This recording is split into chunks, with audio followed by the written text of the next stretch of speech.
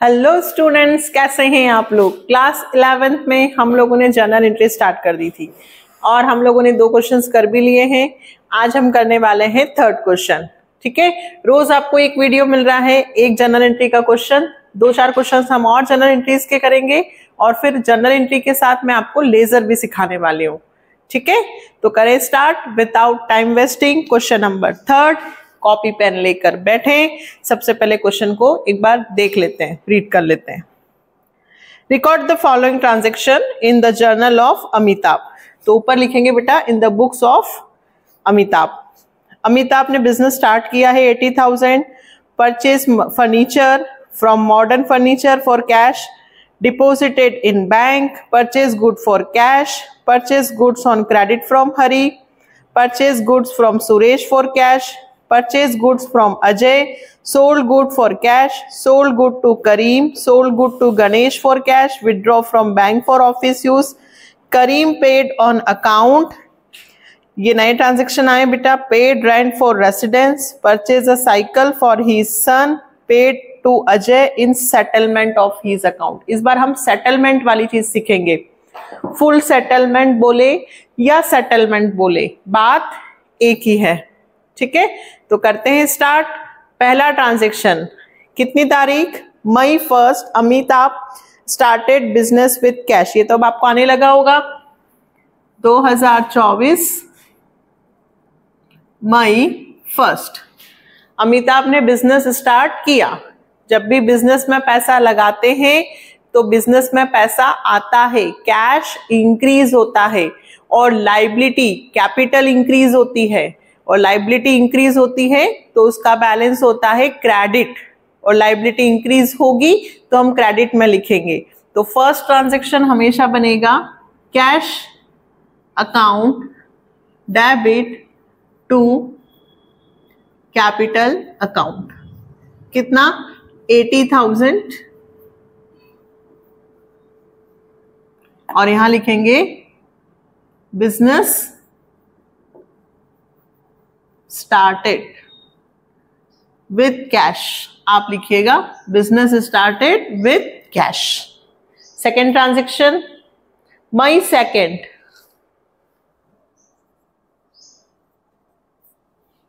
अब देखें, परचेज लिखा है, साथ में फर्नीचर लिखा है, तो हम परचेज यूज करेंगे कि फर्नीचर। फर्नीचर। जब भी असेट्स का नाम दिया होता है तो हमें असेट्स ही लिखना है ना, क्योंकि फर्नीचर खरीदा तो कौन सी एसेट्स बढ़ेगी, फर्नीचर। किससे खरीदा, मॉडर्न फर्नीचर। किसमें खरीदा, नगद। तो पैसे हमारे पास से जाएंगे तो हमारे पास क्या आया, furniture. Debit what comes in, ये तो कौन सा हुआ, ट्रेडिशनल तरीका। मॉडर्न, किसी असेट्स को खरीदने से असेट्स का बैलेंस इंक्रीज होता है, मॉडर्न क्लासिफिकेशन। 2 हमारे पास से क्या गया, कैश। अगर ट्रांजैक्शन में कहीं भी कैश वर्ड लिखा है तो फिर हमें कैश ही लिखना है, नाम नहीं। कितने रुपए का खरीदा हमने यहां पर, 10,000 बेटा, तो ये हो गया आपका 10,000। यहां जरूर हम मेंशन कर देंगे furniture purchase from modern furniture. किससे खरीदा हमने, मॉडर्न फर्नीचर से। Next transaction deposited in bank, bank में पैसे जमा किए, डिपॉजिटेड इन बैंक। तो कौन रिसीवर है, बैंक। हमारे पास से क्या गया, कैश, है ना। तो बैंक में पैसे जा रहे हैं, बैंक को मिल रहे हैं, बैंक का बैलेंस हमारा बढ़ेगा, हमारी एसेट्स इंक्रीज होगी, तो बैंक अकाउंट क्या होगा बेटा, debit. Bank account debit to cash account. हमारे पास से कैश गया, कितने रुपए का बेटा, bank account debit to cash, 30,000।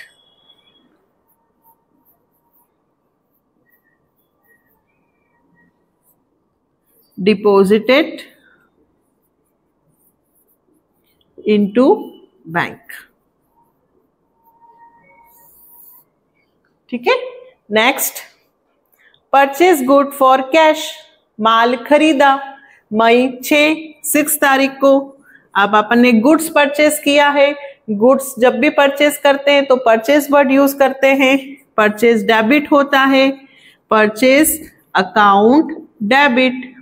और 2, नगद खरीदा है तो कैश, उधार खरीदा है तो नेम ऑफ द पर्सन। तो यहाँ पे नगद खरीदा है तो 2 कैश अकाउंट। कितने रुपए में खरीदा? 5000।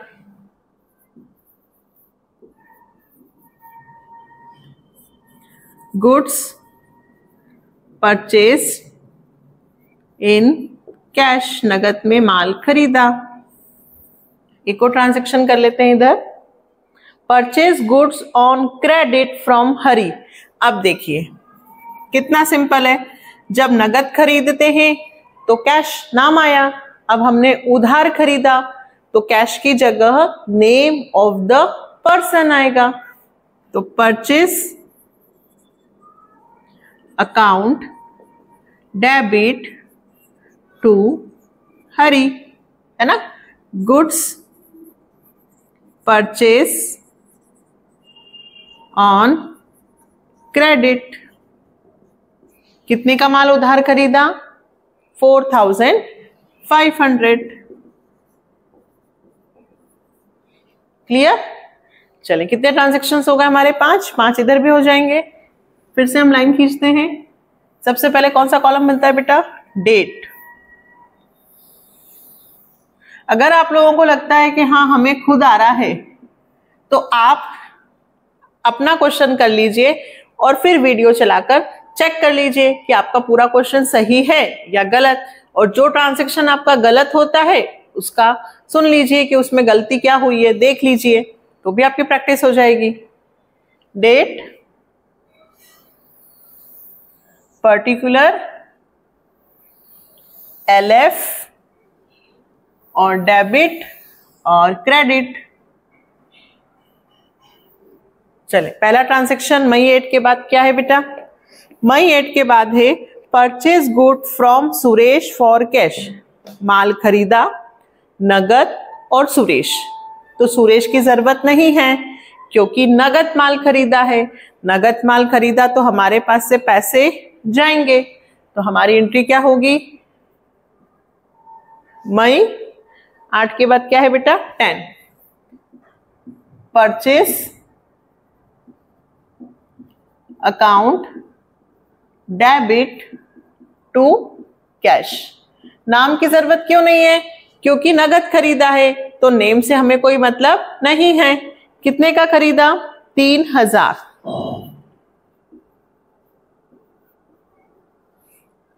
Narration, goods purchase from Suresh, जिससे भी खरीदा उसका नाम लिख देंगे। Next, purchase good from Ajay. अब देखो आपने अजय से माल खरीदा, अब इसमें कैश लिखा है? नहीं, नाम लिखा है।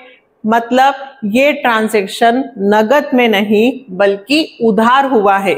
इसमें हमारे पास से पैसे नहीं गए हैं, हम अजय को पैसे बाद में देंगे। तो यहाँ पे परचेज के साथ नेम ऑफ द पर्सन आएगा। तो purchase account debit to Ajay, है ना, क्योंकि हम पैसे अभी नहीं बल्कि बाद में देंगे। कितने रुपए का माल खरीदा हमने अजय से? 4000। ये हो गया 4000। Goods purchase from Ajay. Next, sold good for cash. अब आपने नगद माल बेचा, नगद माल बेचा तो आपके पास पैसे आए। क्यों आए, क्या ट्रांजैक्शन किया आपने, सेल्स। सेल्स क्या होता है, क्रेडिट। तो यहां पे लिखेंगे cash account debit to sales account, good sold for cash. कितने रुपए का माल बेचा आपने, 7,000।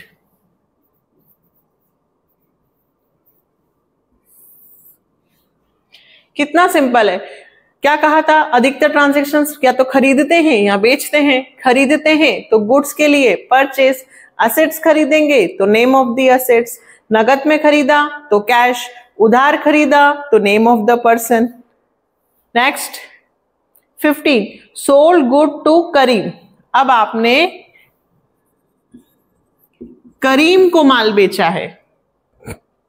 पूरे ट्रांजैक्शन में कहीं भी कैश वर्ड लिखा है नहीं, मतलब हमने करीम को माल उधार बेचा है।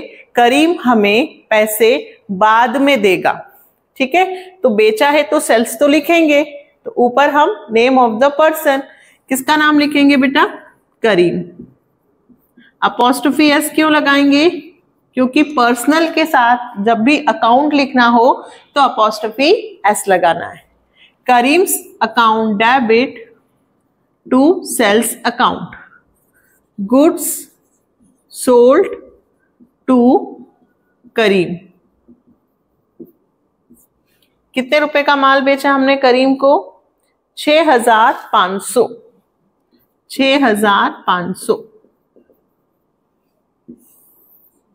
Next transaction, sold good to Ganesh for cash. अब हमने गणेश को माल बेचा है और कैश में बेचा है। नाम भी दिया है और कैश भी दिया है, तो नाम और कैश दोनों दिए हैं तो नगद ट्रांजैक्शन है तो क्या लिखेंगे, कैश। और नीचे क्या आएगा, to sales, cash account debit to sales account. यहां लिख देंगे गुड्स सोल्ड टू गणेश। हमने किसको माल बेचा, गणेश को। कितने का, 5,000। अब देखो नया ट्रांजैक्शन आया।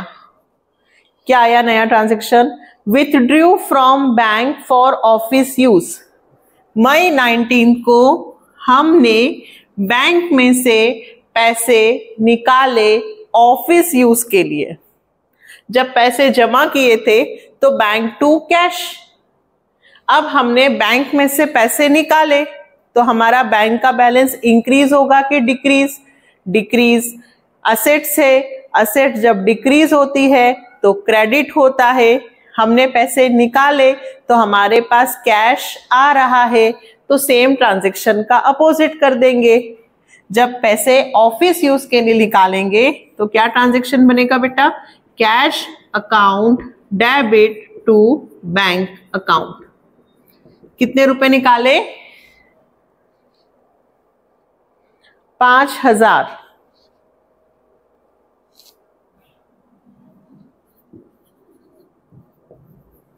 Narration, cash withdrew from bank, bank से पैसे निकाले। फॉर ऑफिस यूज भी लिख सकते हैं, ठीक है। बैंक से पैसे निकाले तो हमारे पास पैसे आ रहे हैं, कहां से, बैंक में से।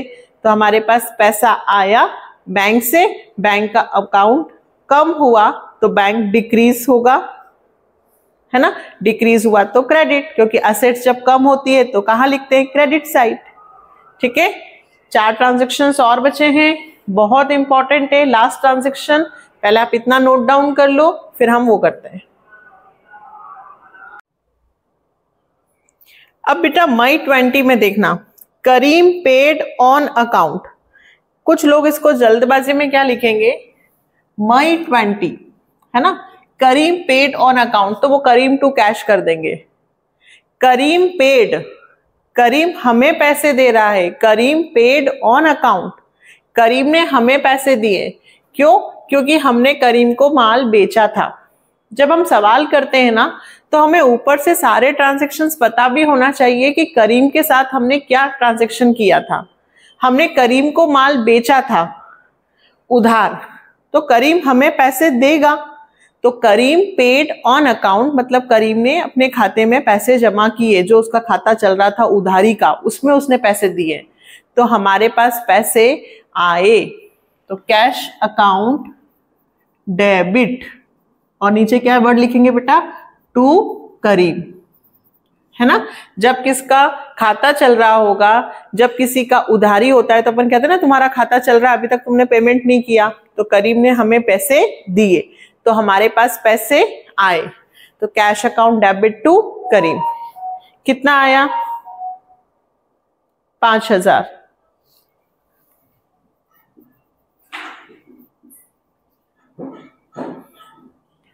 करीम paid cash. Next transaction, paid rent for residence. अब मई 29 को हमने रेंट पे किया, पर रेसिडेंस, रेसिडेंस मतलब जहां हम रहते हैं वहां का किराया। ये जो जर्नल एंट्री बन रही है ये फर्म की बन रही है, फर्म के एक्सपेंसेस की बन रही है, फर्म के ट्रांजैक्शन। तो फर्म का रेंट होता तो रेंट ऑफ द एक्सपेंसेस, नाम लिखते रेंट। लेकिन ये तो पर्सनल हो गया क्योंकि हमने किराया दिया, बट किराया किसका दिया, सेल्फ रेसिडेंस। रेसिडेंस मतलब जहां हम निवास करते हैं वहां का किराया दिया, तो ये हो गया पर्सनल। जब भी पर्सनल होगा, एक्सपेंसेस होगा, तो हमारी कैपिटल कम हो गई क्योंकि हमने बिजनेस में से पैसा दिया, कैपिटल कम हुई, है ना। तो उसके लिए क्या वर्ड यूज करेंगे, ड्रॉइंग। पर्सनल के लिए क्या यूज होता है, ड्रॉइंग। तो यहां लिखेंगे drawing account debit to cash, business में से पैसा गया। Paid rent for residence. देखिए कैपिटल कम हुई तो कैपिटल नहीं लिखना है, जब भी कैपिटल कम होती है पर्सनल यूज करते हैं, गुड्स विड्रॉ करेंगे या कोई एक्सपेंसेस पे करेंगे, तो वहां पे ड्रॉइंग वर्ड यूज करना है, और ड्रॉइंग हमेशा क्या होगा, डेबिट। कितना, 6000। आप तो ऐसे याद रखो कि जहां पे भी क्या वर्ड आ जाए, पर्सनल, वहां पे क्या लिखना है, ड्रॉइंग, बस। नेक्स्ट फिर से देखना, मई 30, purchase a cycle for his सन। हमने मई 30 को साइकिल खरीदी, किसके लिए, लड़के के लिए। अब कुछ लोग लिख देंगे साइकिल आ रही है तो साइकिल टू कैश, कुछ लोग लिख सकते हैं परचेज टू कैश। ना ही परचेज टू कैश होगा, ना ही साइकिल टू कैश होगा। क्यों, क्योंकि हम जो ट्रांजैक्शन मेंटेन कर रहे हैं वो फर्म के कर रहे हैं, तो ये पर्सनल एक्सपेंसेस हो गया। हमने लड़के की शादी के लिए पैसे निकाले, हमने बेटी की शादी के लिए निकाले, लड़के की साइकिल के लिए निकाले, बच्चे की स्कूल फीस भरने के लिए पैसे निकाले।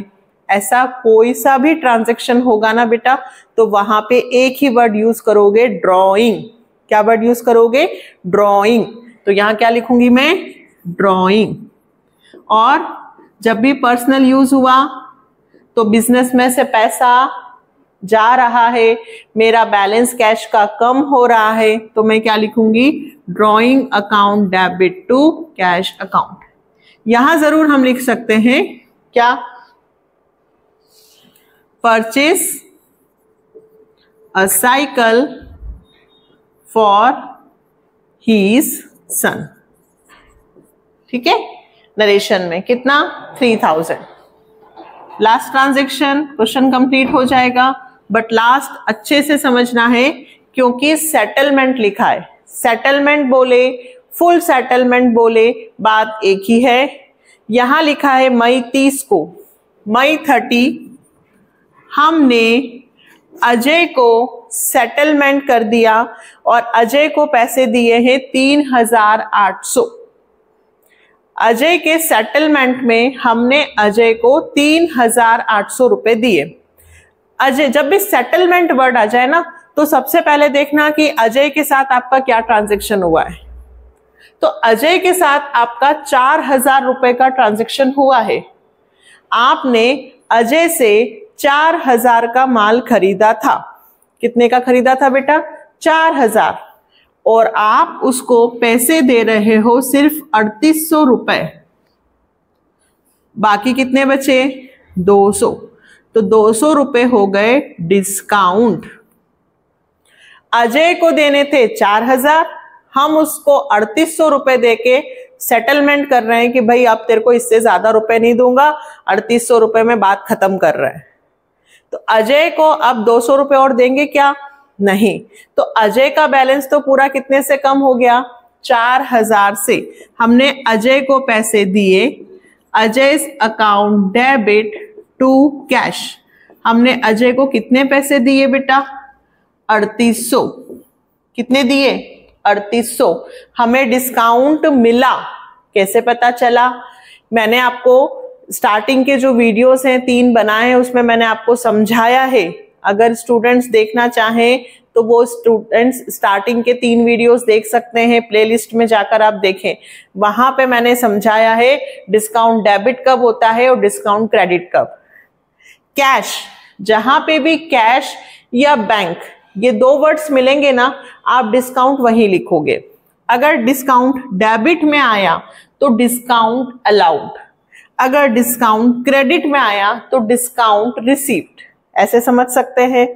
दूसरा तरीका, मुझे अजय को कितने पैसे देने थे? 4000। मेरा अजय का अकाउंट कितने से कम होगा? 4000। जबकि मैंने उसको पैसे कितने दिए? 3800। तो मुझे 200 रुपए का फायदा हुआ, मेरी इनकम हो गई, मुझे डिस्काउंट रिसीव्ड हुआ, तो ये क्रेडिट हो गया। कितने रुपए से? 200, है ना।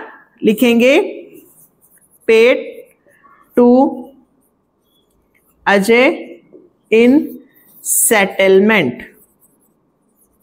फिर से समझना एक बार बेटा, जब भी ये सेटलमेंट वर्ड आ जाए, फुल सेटलमेंट आ जाए, तो आप सबसे पहले ऊपर जाना और ट्रांजैक्शन में देखना, क्योंकि उस एंट्री में डिस्काउंट होगा 101%। जहां पे भी सेटलमेंट होगा मतलब हमको पैसे देने थे ज्यादा और हमने पैसे दिए हैं कम, बट बाकी का जो पैसा है वो अब हम नहीं देंगे, हमने डिस्काउंट ले लिया, तो ये एंट्री बनेगी। जिसका पेमेंट किया उसका नाम टू कैश, और कैश के साथ ही क्या वर्ड आएगा? डिस्काउंट। डिस्काउंट हमेशा कैश के साथ लिखना है, बस इतना याद रखना। अगर कैश डेबिट में है तो डिस्काउंट डेबिट में आएगा, अगर कैश क्रेडिट में है तो डिस्काउंट क्रेडिट में आएगा, है ना। अभी और ट्रांजैक्शंस आएंगे, मैं आपको एक एक एंट्री विथ लॉजिकली बताने वाली हूं, है ना। इस पूरे वीडियो में देखिए मैंने आपको एक एक ट्रांजैक्शन समझाया है। बहुत सारे तरीके से हम समझ सकते हैं, ट्रेडिशनल, मॉडर्न, और ऐसे भी समझ सकते हैं कि भाई इसका अकाउंट क्लोज करना है तो वो अजय को पेमेंट कर रहे हैं, तो पहले अजय क्रेडिट हुआ है तो अब अजय डेबिट होगा। कितने रुपए से? 4000। हमारे पास से कितना पैसा जा रहा है? 3800। तो 200 रुपए का हमें इनकम हुई, हमें डिस्काउंट मिला। ठीक है, तो पूरा क्वेश्चन कंप्लीट हो गया। क्वेश्चन 3। अब कल हम करने वाले हैं 4th, कंपाउंड जर्नल एंट्री। अब यहां से बेटा आपके क्वेश्चंस बड़े होंगे।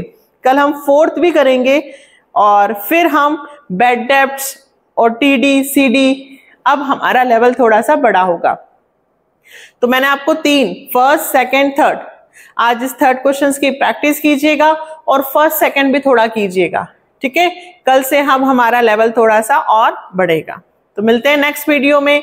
अपने फ्रेंड्स को शेयर कीजिए, चैनल में बने रहिए, like, subscribe and share. Bye.